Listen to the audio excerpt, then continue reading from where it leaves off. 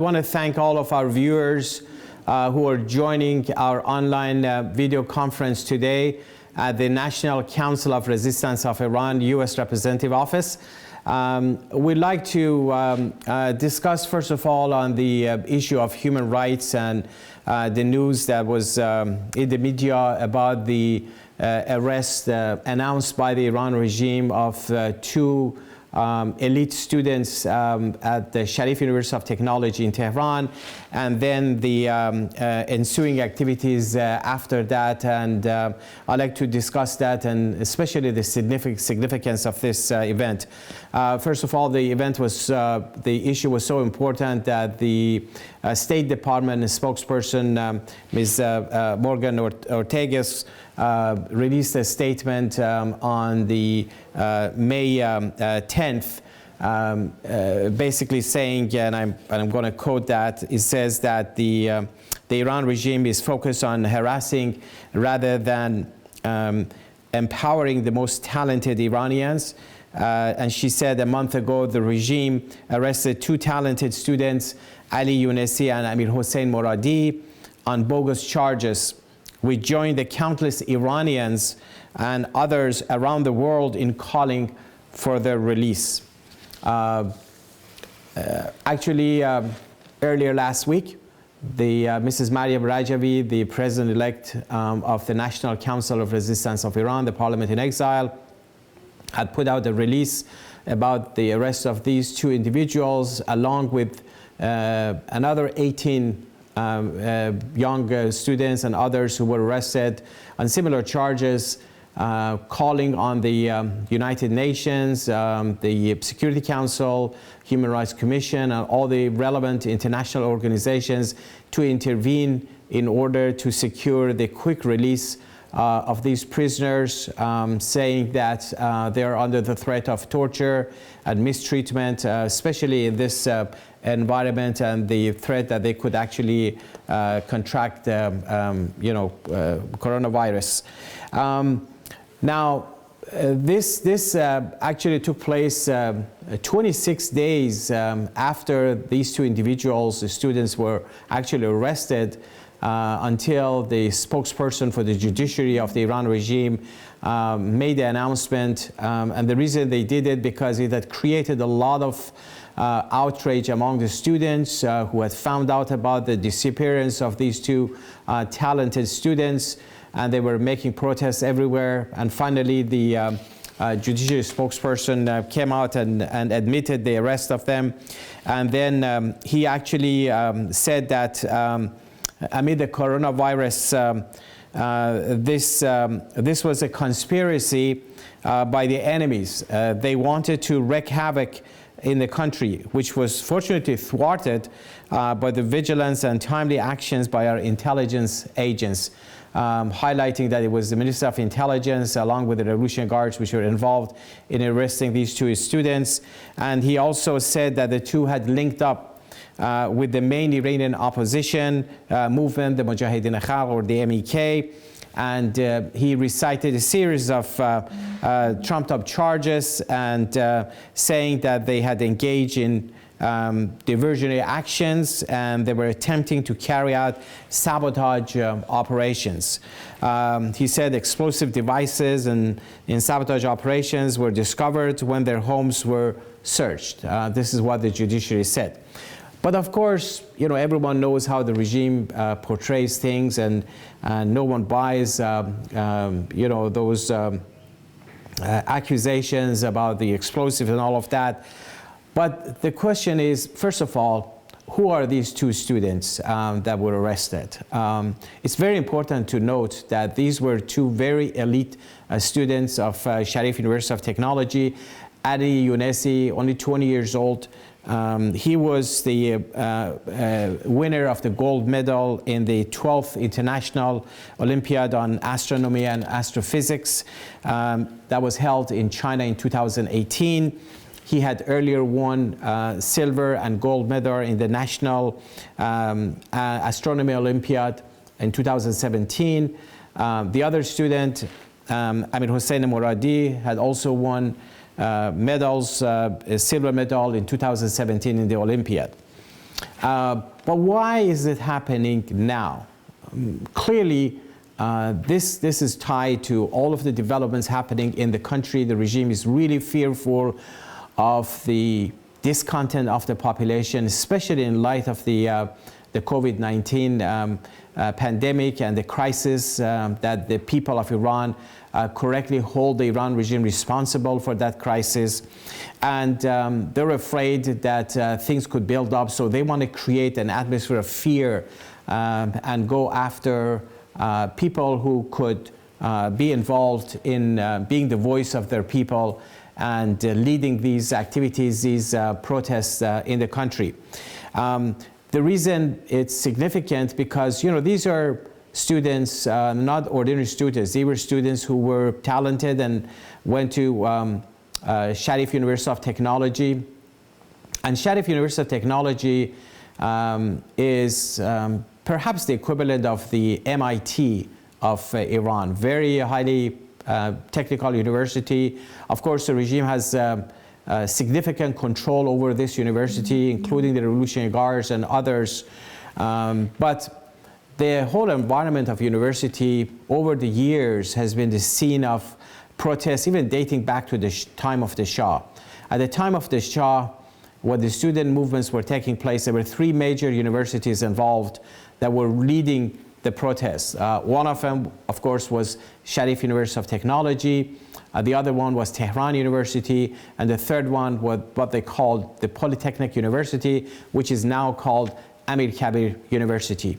And these three universities, interestingly, resurfaced again in terms of their activities, despite all the pressure that the Iran regime had put on them, especially in the past few years, trying to take away the momentum from universities. First, they create quotas for the Bassiji, the members or those associated with the Revolutionary Guards, that a certain percentage, a very high percentage of the students are always from the Revolutionary Guards and the Bassiji. It has really very little to do with their academic credentials. And then they try to pacify the environment. They try to create a lot of economic problems for them. And a lot of them the students are facing poverty, so they really don't have time.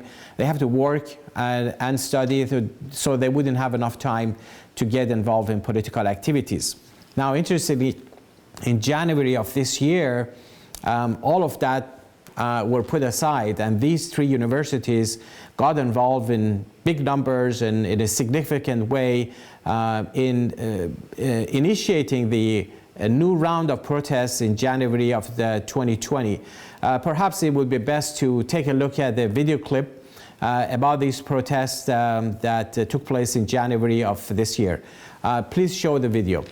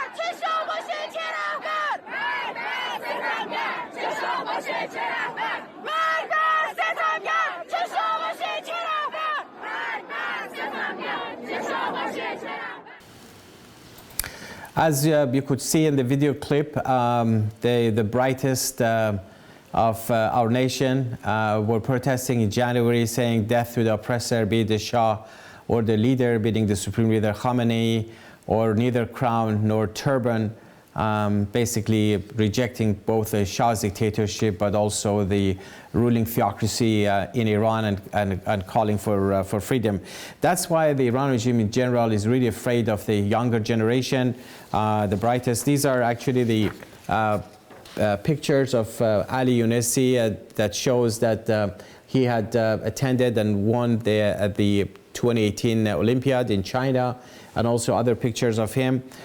This is a picture of both Ali Younesi and Moradi. Younesi is on the left, and Amir Hossein Moradi is on the right.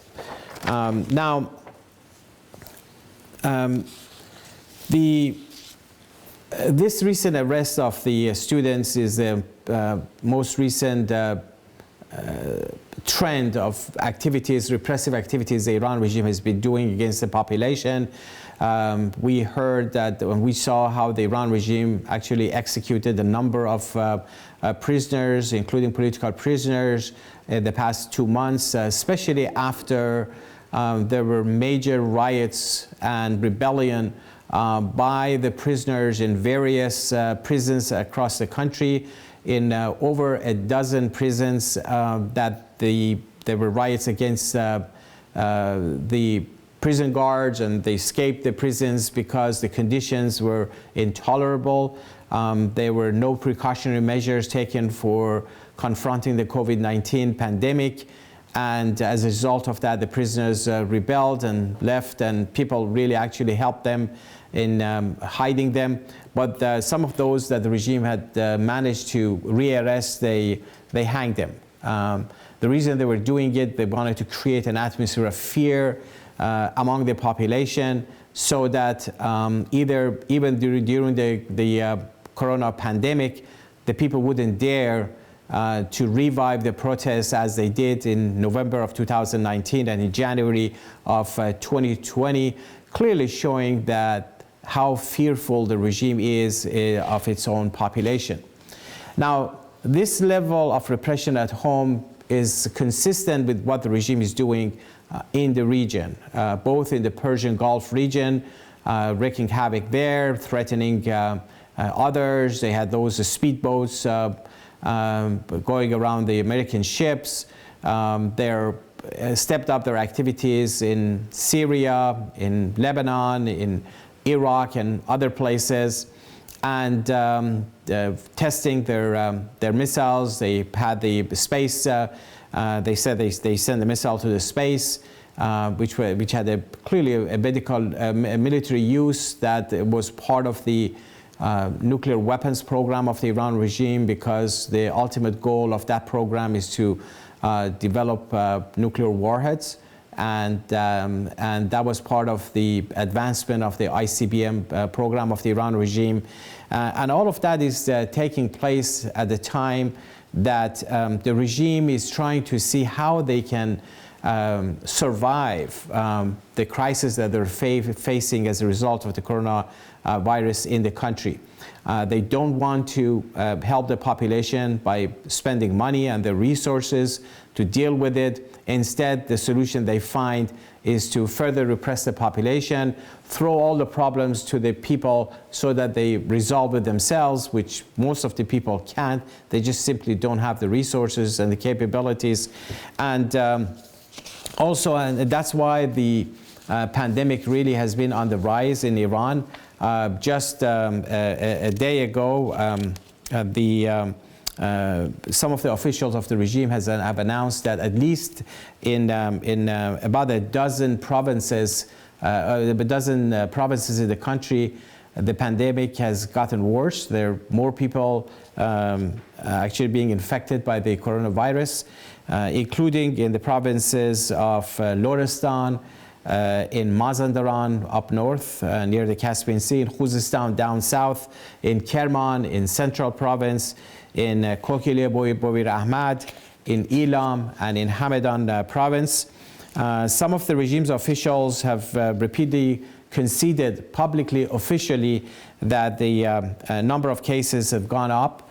One of the newspapers of the regime, owned state-run paper, wrote that every day the regime tends to announce a lesser number of those who have been killed, who have died intentionally, so that this will become like a routine for the population.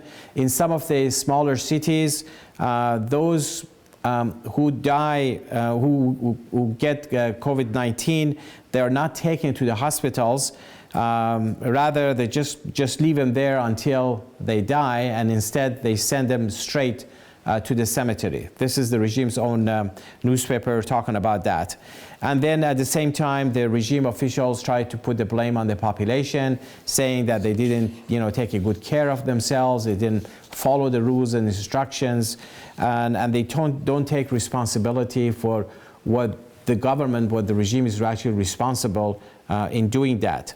For instance, in Ahvaz, down south in Khuzestan province, one of the officials of the province said that there are over 1,800 people who are searching in the garbage, looking for food and things without even having gloves or anything like that.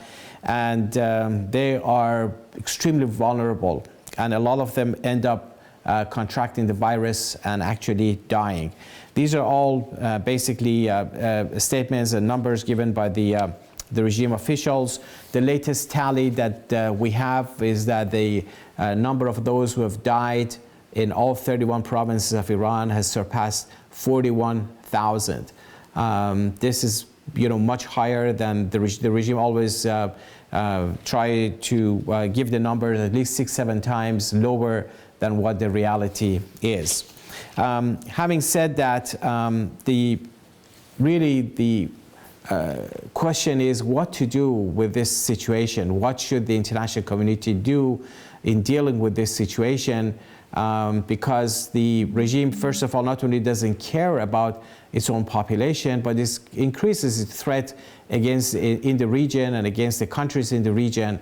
The best way is really to reach out to the people of Iran. If there is assistance to be provided, whether it's medical assistance or equipment, medical equipment, this has to go directly to the people of Iran, not to the regime, because if those given to the regime are actually diverted and sent to Syria and other places, as is widely reported, the regime is more interested in exporting their violence and their